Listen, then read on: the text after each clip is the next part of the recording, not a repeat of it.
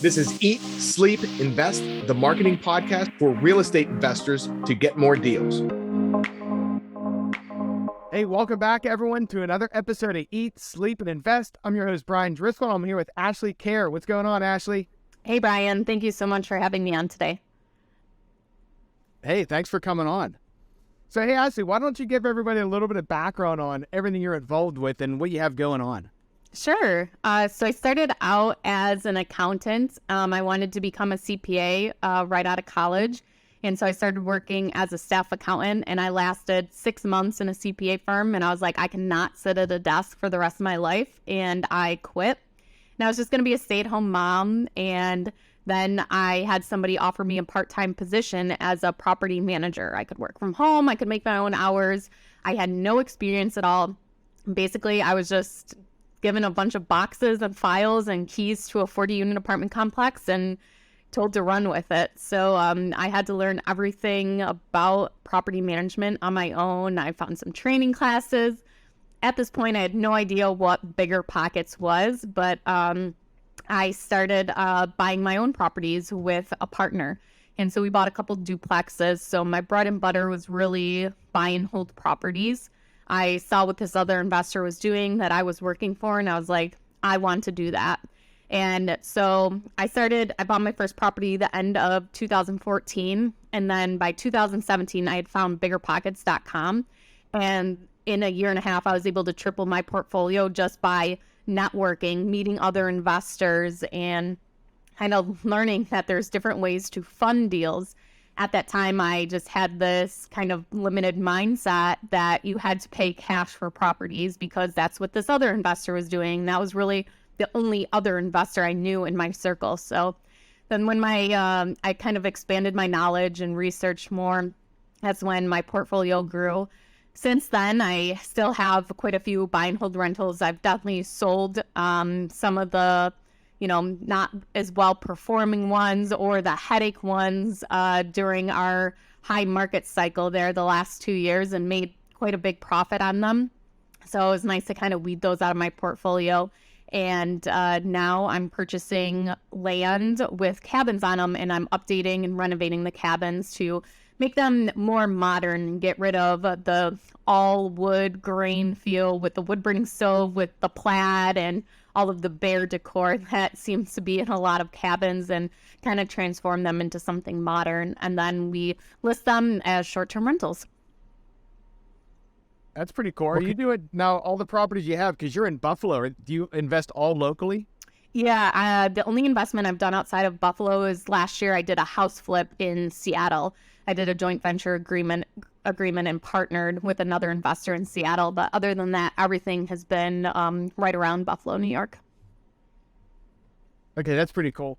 Now, so these cabins you're buying, how'd you come across that? Like, what made you want to? That's a lot of long term versus short term is a way different animal. Yeah, and honestly, I got bored with what I was doing. I definitely will never stop buying long-term buy and holds in my market because I know it so well. I can, ballpark numbers so easily. But that was the thing. It wasn't exciting for me anymore. And I know that's not a reason to actually go into another investment. But I did my research and I was like, okay, this can work in the area. So we look for properties that have some sort of attraction towards them. So we just finished an A-frame property that is near state land. It's also within 45 minutes to an hour of the actual city of Buffalo. And then another one we're going to be working on next is near 2 ski resorts with land. That's a cabin. And so we look to see that there's some kind of short-term rental attraction nearby. But my biggest thing is that I want to be able to have these properties for my kids to explore and to roam. So one of the properties I'm sitting in right now is 30 acres and there's 2 cabins on it. And the one thing that really drew me to this property is that the single family house that's on the property can be rented out. And then also the other smaller cabin I'm actually turning into my office. instead of going into a town, buying a building in town and renting out office space or purchasing, a building as office space, I was like, why wouldn't I just go out and buy a property with tons of land where my kids can explore, I can sit and work, and it can be something that we can hold on and keep in the family forever. So those are just some of the reasons we decided to pivot in that direction and do that. I also took on a new partner too, where I was able to expand the rehab process too and get more intricate in the rehabs and kind of do some design and everything like that and feel a little bit more passion side of the business. That's cool. How old are your kids? They are 9, 6, and 5. Okay, yeah, I have kids 11, 8, and 7, so right around the same ages. Yeah. Are they boys or girls? All 3 boys. I mean, that's what I got too. Yeah. Oh, yeah. So, yeah, I know what you mean too with the space, because we do some camping, and it's awesome because you can get away, create experiences with the kids. Mm-hmm. While just getting away from all the noise all the time, Yeah, I mean, on this property already, when we did a lot of the site work for the driveways and stuff over the summer, they've already got tree forts built in the woods and things like that. And a couple weeks ago, we had a deep freeze here, so there's 3 ponds on the property. So one of the ponds froze over, and we turned it into an ice skating rink for about a week before it melted again. But yeah, just tons of experiences too. Yeah, that's something interesting too, because a lot of people think about real estate investing. They think the long buy and holds, things like that, which kind of could be boring. But the way you're doing it is you're buying properties that you can also enjoy too. So it's you can make money on them, rent them out, rehab them, make money, but also you can create those experiences with your family. So you're killing 2 birds with 1 stone. Yeah, and I really like to make money to do things for other people. So I would just love to rent out this big, huge mansion one day on a beach and just let all my friends and family hey, I have it for this week. It costs you guys nothing. Just come on down. So that was part of the idea of doing these cabins too, where I can, have even other real estate investors come and hey, you want to come visit me? Let's go wake surfing. You can stay in my short-term rental, stay in this cabin and things like that. So it was a huge motivator, but also I love the potential of looking at these properties and seeing, okay, what other revenue can we draw off of this property? So some of the advantages with land is we can deed off or parcel off some of the land, sell it, and that will pay towards, our rehab if we don't need as much land as the property comes with. We can log the timber on the land, make some money that way. There's a lot of maple syrup production that goes along here, and so you can actually rent the land to farmers who will tap the trees and draw the maple syrup. You can also get beehives put on the property, and the bee farmers will come and harvest the honey and rent out that space to keep their beehives. So I think there's a lot of potential with land. And then also on this 30 acres, there's some field. Most of it is forest, but there's some field where if we rent it out to a farmer, we lease that field to a farmer, we'll actually get a huge tax credit on our property taxes because it's for agricultural use. So just looking at the different ways that you can maximize land with these cabins on them, I think is just a huge advantage. And there's just so many different ways to make that profit. And then the last thing that we're currently looking at now is setting up, we have these cabins. Can we also put a tree house on the property and maximize the experience of that? Or can we add a glamping tent, things like that, since there's so much room with having, acreage? Yeah, there's glamping tents and everything. They're hot right now. Yeah. And the real small, everyone likes them. How did you come up with the idea? What made you think, hey, maybe we should reach out to the beekeepers and tree guys? What made you think that? Because I would never think rent it out to the beekeepers or things like that. I know other people that do this, and actually, so my brother, he's 15 years younger than me. We're a family of 5 siblings, and when I was younger, we had horses, we had a pig for a while, we had all these different pets and animals. My dad wasn't a farmer or anything, but we had a barn and we just kind of had pets all through my childhood. And my brother, since he was so much younger than the rest of us, my parents had pretty much gotten rid of most of our animals and stuff, or they had passed away by the time my brother was in middle school, high school, and they ended up getting bees. I don't even remember exactly how they got them, but my brother was in charge of harvesting the honey, and we would laugh and joke that those were his pets, that, you know, we got all these other animals and that's what he got was bees. So we just kind of got to know, you know, other bee farmers in the area, and just, you know, kind of connecting through my brother into that space, and along with my parents. And then my parents, just as a hobby, they have a little maple syrup sugar shack on their property that my dad built out, and they go and tap the trees on my dad's property, and then, you know, have parties in the sugar shack as they make the maple syrup through the season. So just having, you know, seeing other people do it in the area and just having those connections, I guess. And then as far as the timber value, I actually have a friend who started purchasing raw land, and then he goes through, and one of his partners actually goes through and estimates how much the timber value is worth, and then he brokers the deal to the actual loggers that will come in and log it, and then they resell the raw land. So basically they purchase it so that when they sell the raw land,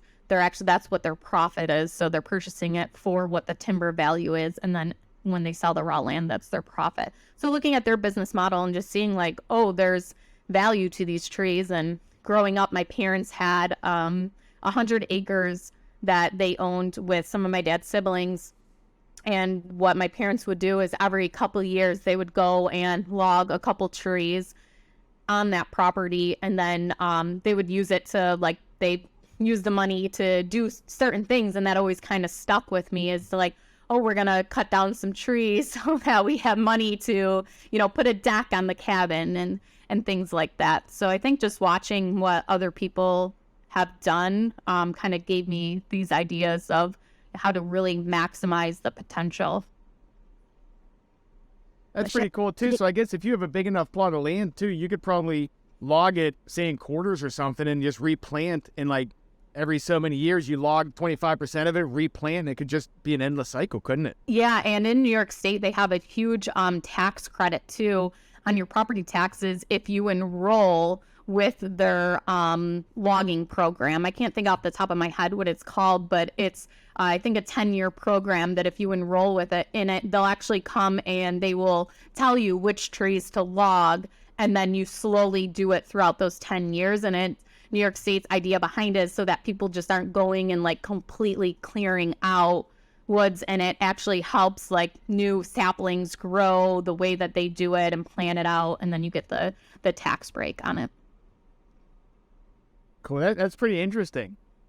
Yeah, yeah, it is neat. So now you're also, so you do all that, you do the real estate investing, you're doing all this, and you run a podcast, right? On Bigger Pockets. Yeah, so I was a huge Bigger Pockets groupie, and then they wanted to start a rookie podcast and applied to be a host, and I was really fortunate to get the position. So we host the Real Estate Rookie podcast, myself and Tony Robinson, and it's basically just, we interview guests who are just starting out as rookie investors. We do have some experienced investors on to kind of talk about something niche that can help a new investor. But yeah, it's been amazing. Every Tuesday we record, and I get just, you know, so motivated and hyped up having these rookie guests on, because there's nobody more excited and more passionate about real estate than a new investor.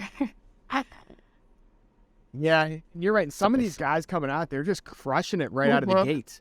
Yeah, definitely. We've heard so many success stories, but we also have great guests that share like, these are the lessons that I learned too. This is, you know, the opportunity cost that I had to go through to get to where I am. Yeah, that's huge. Also, like hearing everyone's mess ups and all their mistakes, because then, especially when you're getting into business, it's like maybe you can save a year just by hearing someone else's experience, how they goof something up. Yeah, definitely. You know? Along with the podcast too, is I just wrote a book too. It's Real Estate Rookie, 90 Days to Your First Investment.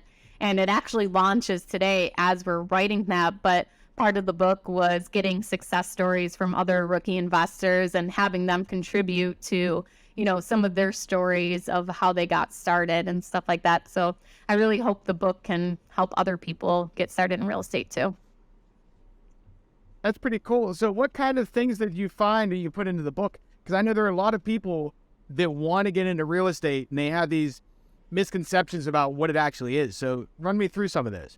Yeah, so what I did was I actually host like a boot camp too for Bigger Pockets. It started out as just like this free thing to, do a Zoom call and walk people through the steps of it. And I think one of the biggest misconception is having that, like going through your deal analysis and never having that confidence or that motivation. So that's what I really like to help with is to, you should be able to make offers and then take action once you get that offer accepted. And I think analysis paralysis is where people go in and they're analyzing a deal and they're like, I just don't know. Like, I feel like I'm doing something wrong. Something can't be right. Did I, budget the rehab? And the rehab would be my second thing that I think holds a lot of people back is they're looking to maximize their potential. And a lot of times those are properties where you're putting in the set sweat equity that you're going through and rehabbing the property instead of purchasing it turnkey. And how do you estimate the rehab? So that's, something that I've definitely had to learn over the years is construction, how to estimate rehab.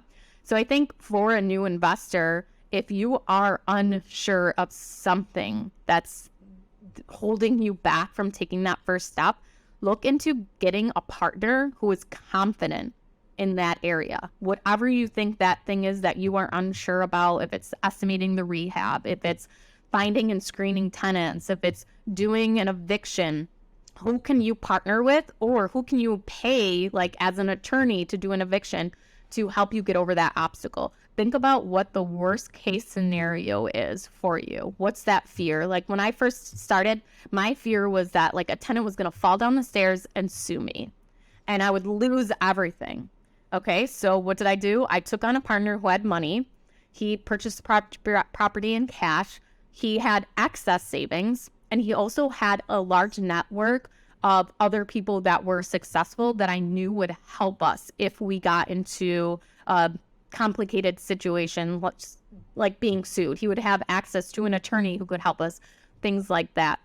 So I think look at people in your network and who can you lean on or who can help you or who can you take on as a partner to help you get over that worst case scenario. And then what I also did was I did research as to like, okay, what happens if you do get sued? Well, you have your insurance policy. Make sure your insurance policy covers you. It has a liability coverage. You can also go and get an umbrella policy, which gives you more coverage where, you could get $1 million, $2 million, where if somebody does sue you, that umbrella policy will pay out above and beyond what your, landlord policy covers that's on that property. And they'll pay for attorney fees or they'll pay to settle the lawsuit, things like that. So that's where I would recommend is figuring out what that worst case scenario is and then figure out how to deal with it so that if that actually does happen, which most likely it probably won't, but if it does happen, you know exactly what to do.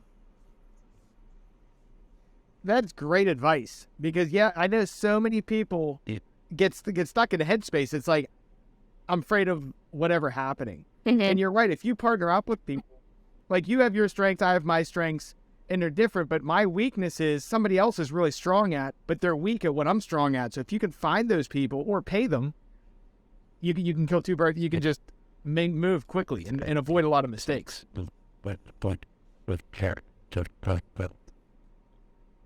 Yeah. How do you minimize risk? Like when you're talking to these people, well, actually, even I'll take a step back. I know that you were talking about before, a lot of people have headspace with, they think they need cash to get into, they buy the houses, properties cash. Like, what do you tell people like that are just getting into it? So yeah, that limited mindset was cash because I saw this other investor that I was a property manager for, and he would go and actually refinance properties, do a cash out refinance, take that cash and then buy a business or buy another property. I had no idea you could go to the bank. And that's where, when I found Bigger Pockets, I started going into the forum. So there's so much information online, free information about how to invest in real estate. The difficult part is piecing that all together, figuring out what is a guru trying to sell you, what is actually legal, what can I do, and how does it all piece together? How does it fit together? That's the hard part.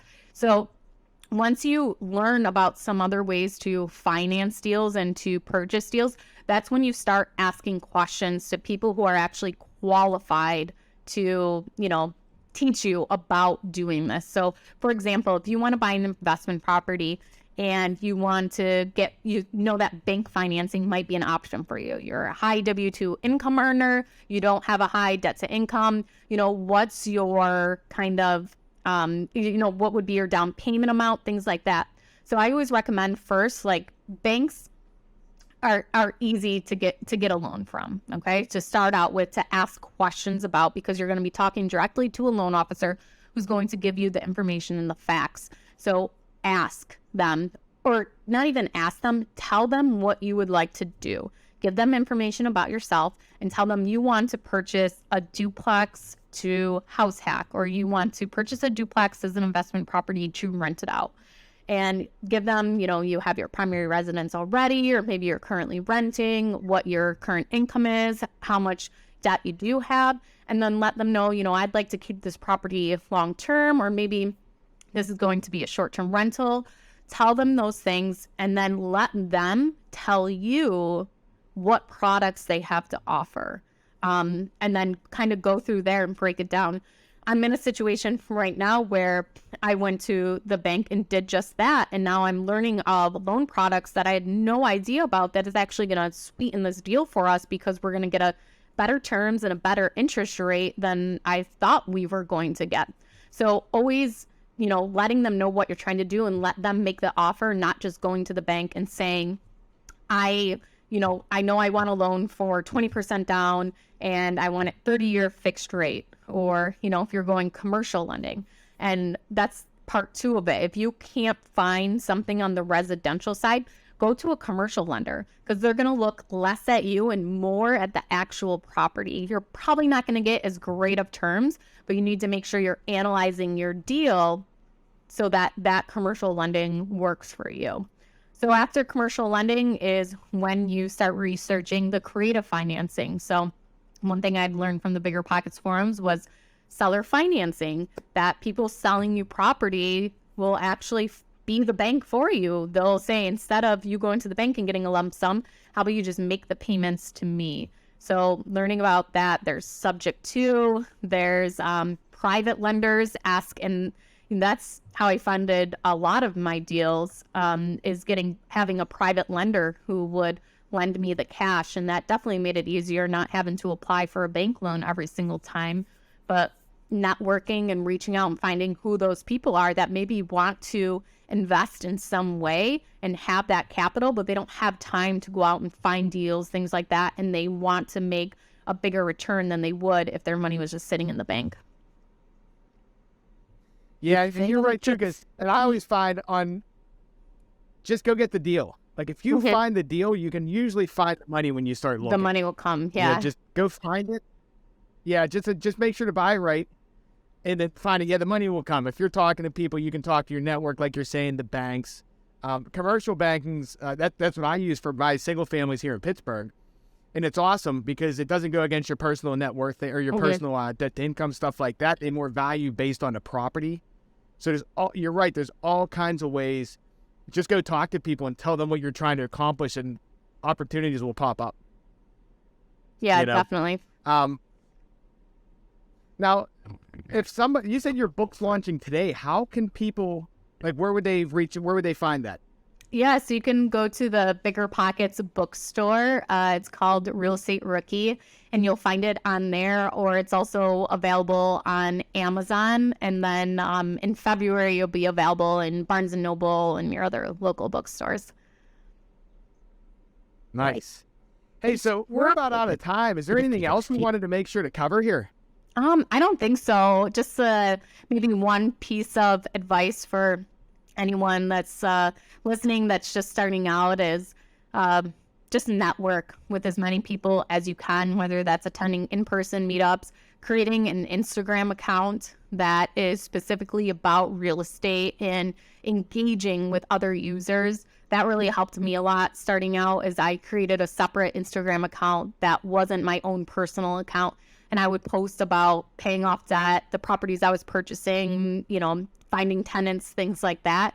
And having that social media really helped me connect with investors across the country, even across the world, where when I first started out, it was very lonely, not knowing anyone, and just having that kind of those networks and connections of people across the country really can be motivating, but also can inspire you to get new ideas, or maybe I should be doing it this way. And it's very different than sitting and watching people post on Instagram. When you actually engage with them and make conversation and build that relationship with them, when the time comes when you do need to ask questions or ask for advice or favors or anything like that, you've already established them, and it's not like you're just this random person that has been following them for 2 years but never made any contact besides liking their posts. So try to engage as much as possible on social media with other investors. We're on my podcast right now, we're doing a series where for 90 days we're mentoring 3